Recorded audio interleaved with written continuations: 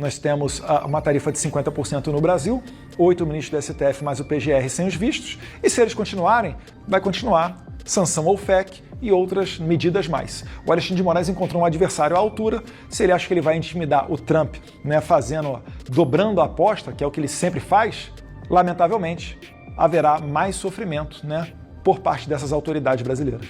Brasil, né? Os sancionados estão aí, eles estão viajando, estão se mobilizando para tentar reduzir o impacto das sanções na vida deles. Enquanto isso, os Estados Unidos têm agora uma via aberta, no caso Felipe Martins, para penetrar nesse sistema criminoso que age em toda a América Latina, não só no Brasil. Sejam bem-vindos, o meu nome é Bruno, deixe o seu like e inscreva-se no canal.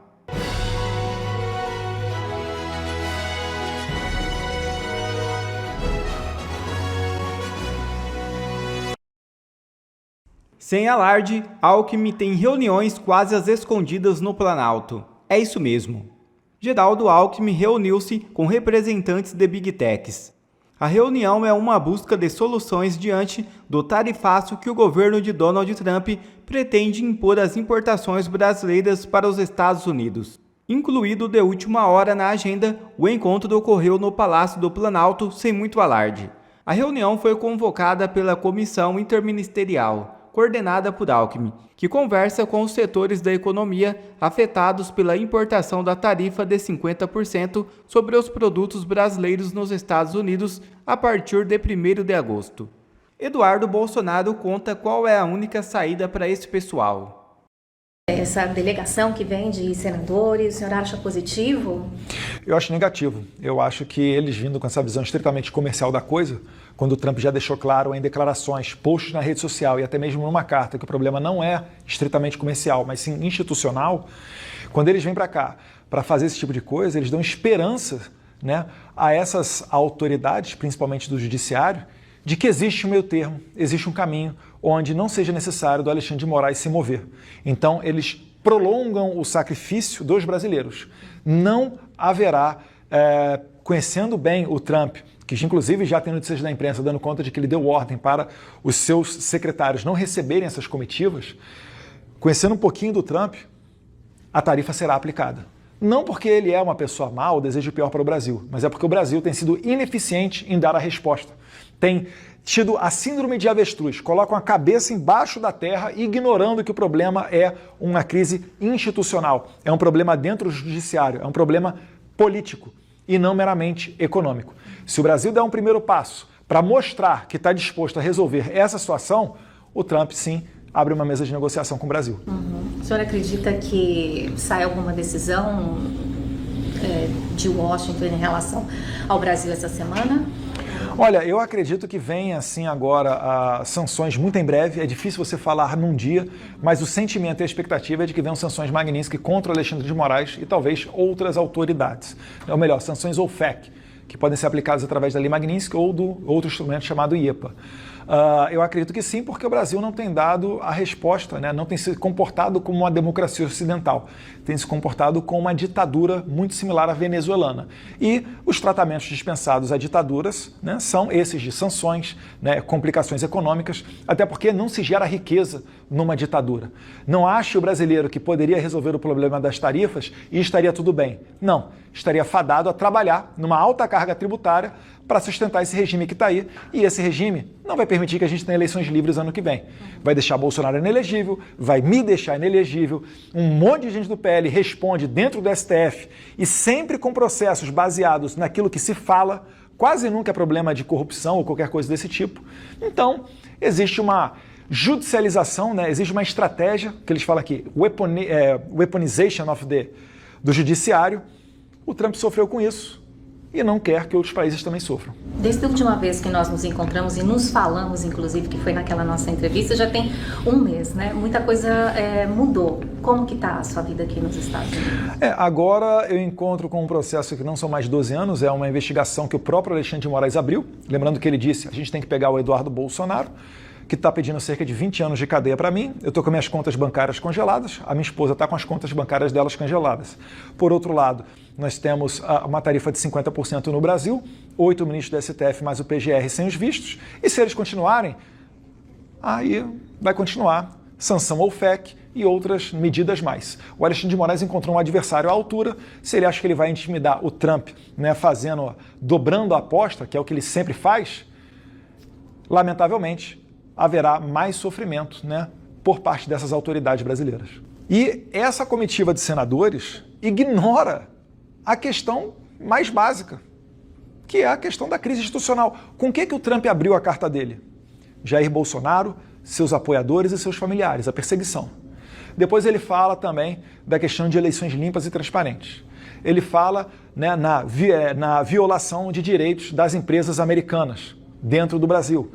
Existe toda uma reclamação. O Moraes estava fazendo um mandado de prisão contra cidadão americano com base de tweets dados a partir dos Estados Unidos. Então o Trump não está atacando a soberania do Brasil. Ele está defendendo a soberania dele, os interesses dos americanos e dando tratamento no Brasil, que é um tratamento, né, de ditadura, que é o que tem sido no país. Não vão encontrar diálogo, então? Com certeza não, e eu trabalho para que eles não encontrem diálogo, porque eu sei que vindo desse tipo de pessoa, só haverá acordos daquele tipo meio termo, que não é nem certo nem errado. Eu sei o que é certo. Não é dar 17 anos de cadeia para as velhinhas. Né? Eu quero é a liberdade dessas pessoas. E um meio termo é o quê? 8 anos? 5 anos? Por que essas pessoas, esses políticos, nunca se expõem defendendo a liberdade dessas flagrantes injustiças? Por que eles estão fazendo para acabar com esse tipo de situação? Ou será que é só quando atinge o bolso, né, talvez dos seus financiadores, é que eles se movem? Eu trabalho por princípios. E eu estou pescando o resultado disso também. Né? Não trabalho por conta de like ou aumento de apoiadores, né, de seguidores na rede social, mas as minhas redes sociais estão aumentando. Se você for nas redes sociais desses senadores, você vai ver que existe uma crítica muito forte, porque ninguém aguenta mais esse tipo de situação. A gente não está mais no tempo de ficar encontrando o meio termo como se a gente estivesse em tempos de paz. Nós estamos em guerra e é tudo ou nada. E advogado da Rumble revela que o Ministério da Justiça do Brasil admitiu ao Departamento de Justiça dos Estados Unidos que ordens de Moraes não tinham respaldo na lei. Abre aspas. O ministro da Justiça é claríssimo, dizendo que o que está nos mandatos não é necessário ou correto. Fecha aspas. Veja o vídeo. Dias depois disso,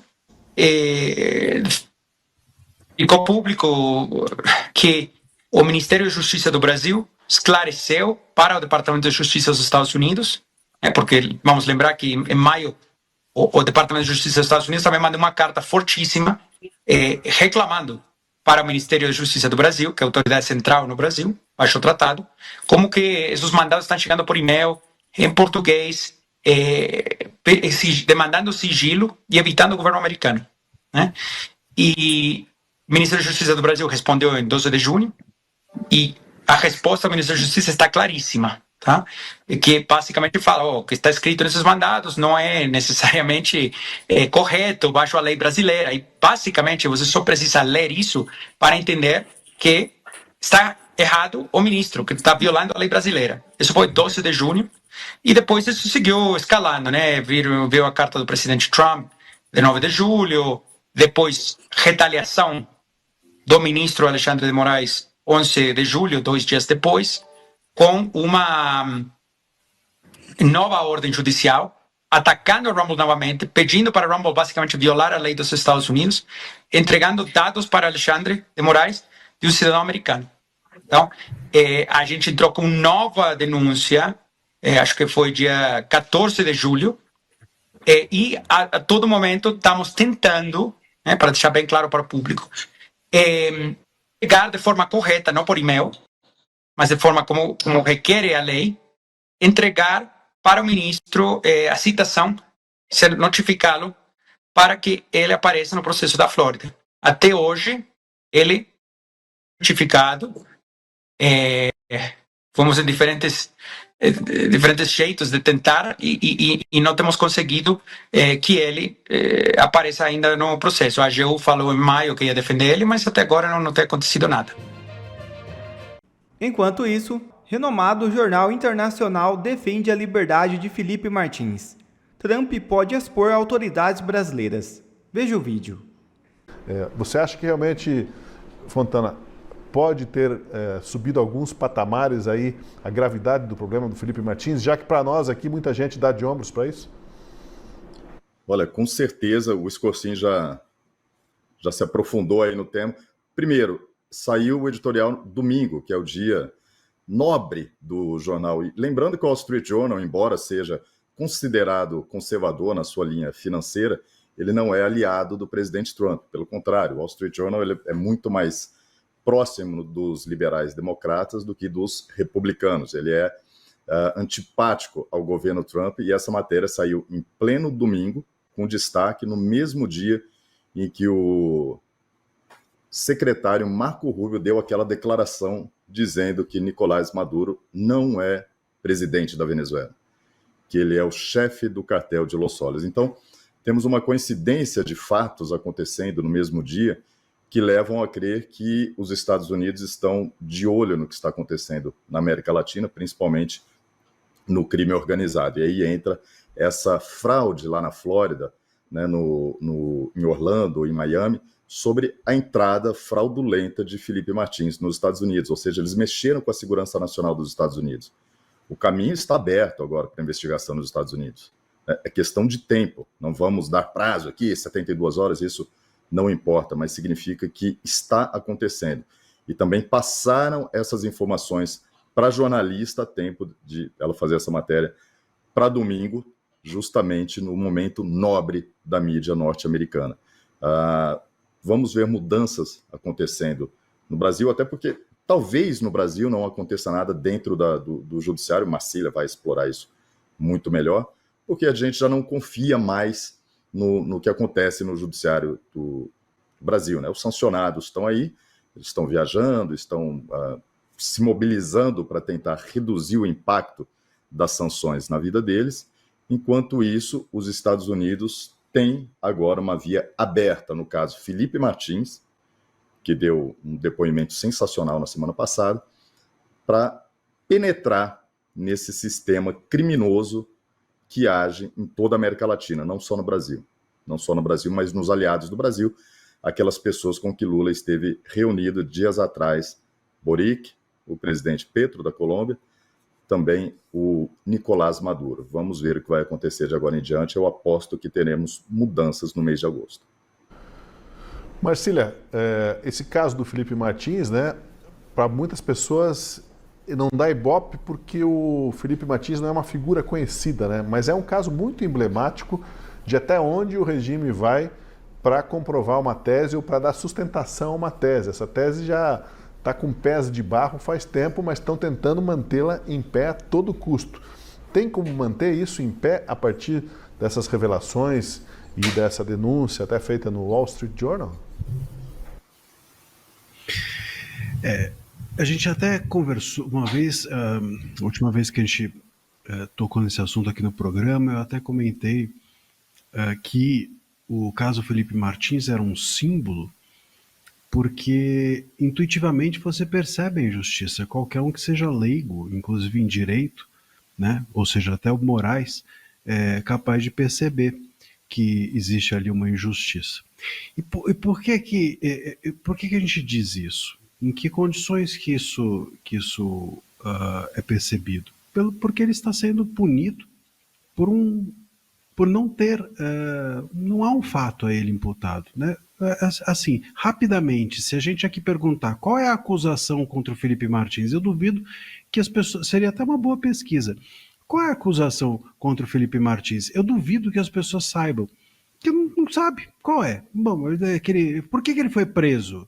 Ninguém sabe. Que ele viajou? Não, mas não viajou. Aí disseram que não era por isso, mas é pelo quê então? Então as pessoas não sabem. Porque ele foi preso, não sabem porque ele está em silêncio, impedido inclusive de dar entrevistas, e não sabe por que ele é réu nesse caso. Então esse é um ponto realmente que para mim é simbólico.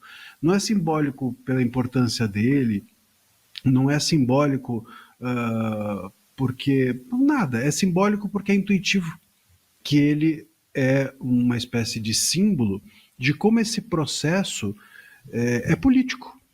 Juridicamente, ele não para de pé, né? Porque se é possível... Aí você fala assim, mas o caso dele ser político não significa que os demais sejam. Bom, se o caso dele é político, ou se o caso dele juridicamente não para de pé, e as autoridades, tanto a PGR, quanto o ministro Moraes, quanto os demais ministros do STF, enfim, se o sistema continua imputando a ele todas as acusações em relação aos demais, parece que eles não estão ali fazendo justiça ou se importando com a justiça. E é nesse lugar que as pessoas percebem que há um simbolismo ali de como os processos meio que têm que ser tocados para frente, as pessoas têm que ser condenadas, independente do que aconteça, né? Então, se comprovou ou não comprovou que viajou, não interessa. Se comprovou ou não comprovou que estava na reunião, não importa. Se comprovou ou não comprovou a minuta, não interessa. Aquilo precisa seguir em frente, tem uma caminhada já definida ou pré-definida, e por isso que é o caso político.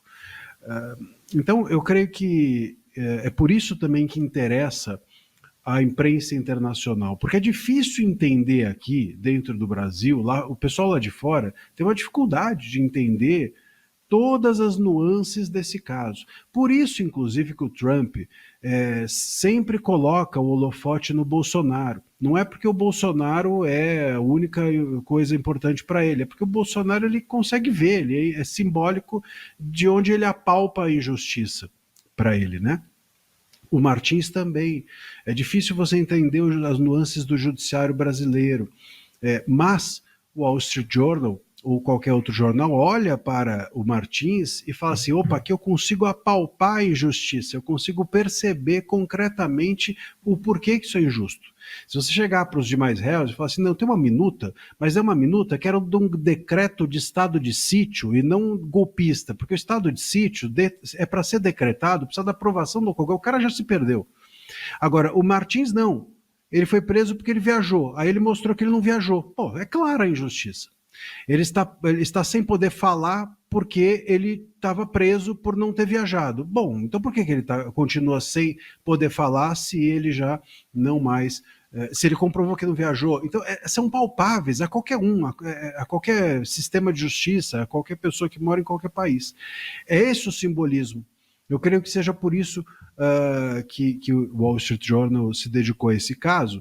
E também é interessante, eu acho que sempre a dimensão de quando a imprensa estrangeira joga o holofote para um caso como esse, o debate dentro do Brasil melhora.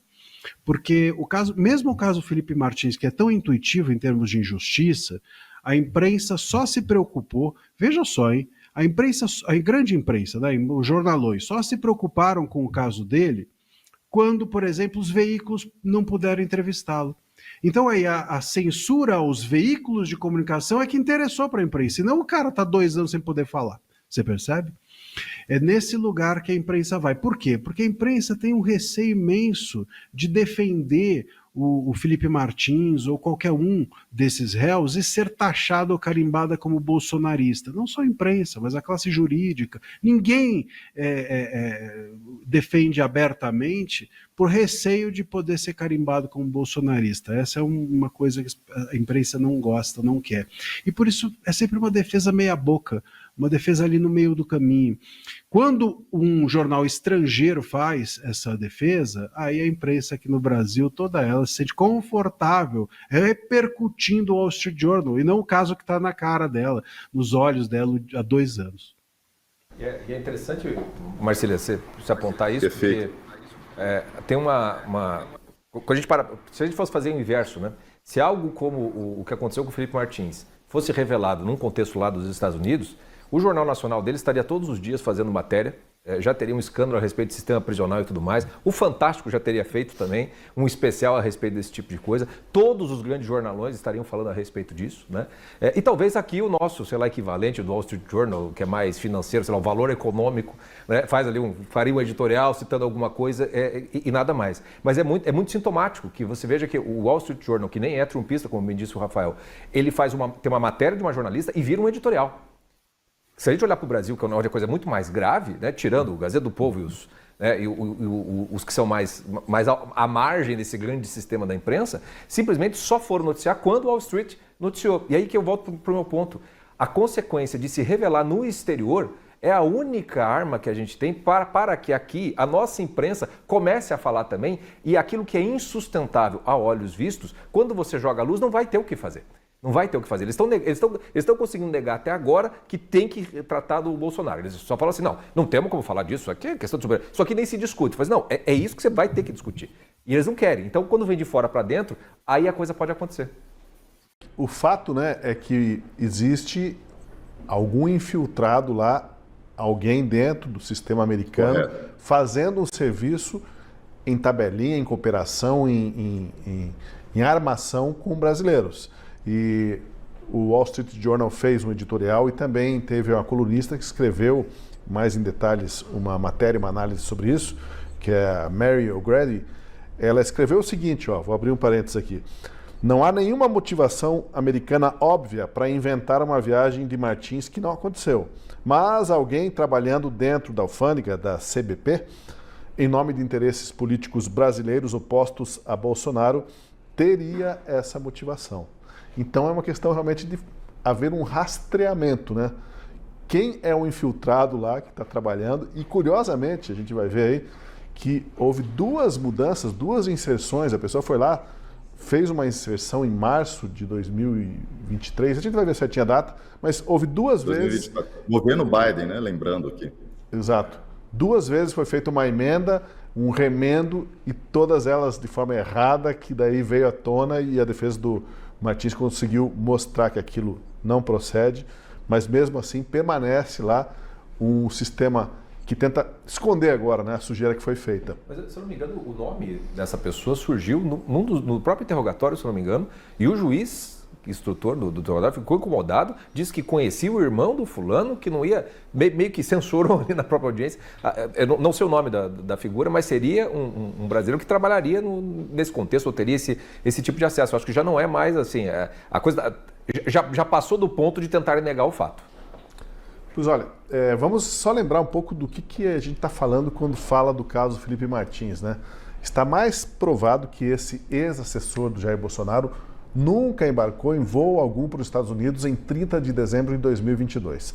A defesa apresentou passagem aérea da Latam, comprovando que ele viajou aqui no Brasil no dia 31 daquele ano, de Brasília para Curitiba. E como é que poderia o Felipe estar ao mesmo tempo aqui e lá nos Estados Unidos? Ele também apresentou notas fiscais, fotos e testemunhos de que esteve em Foz do Iguaçu e outras cidades paranaenses durante o Réveillon daquele ano. No entanto, como a gente está falando, alguém do Departamento de Alfândega e Imigração dos Estados Unidos fraudou a entrada de Felipe Martins naquele país. E a fraude se repetiu por 2 vezes, como eu disse, agora eu tenho as datas. Março de 2024 e novamente agora, neste mês de julho de 2025. O fraudador, contudo, escorregou em alguns detalhes. Ele errou o nome de Felipe nas 2 vezes e apresentou o número do passaporte declarado como perdido desde 2021. Não adiantaram todas essas provas apresentadas pela defesa de Martins ao STF. O Alexandre de Moraes mantém a prisão domiciliar dele com base numa seção chamada Histórico de Viagens, que é uma seção informal e sem validade jurídica lá da alfândega americana.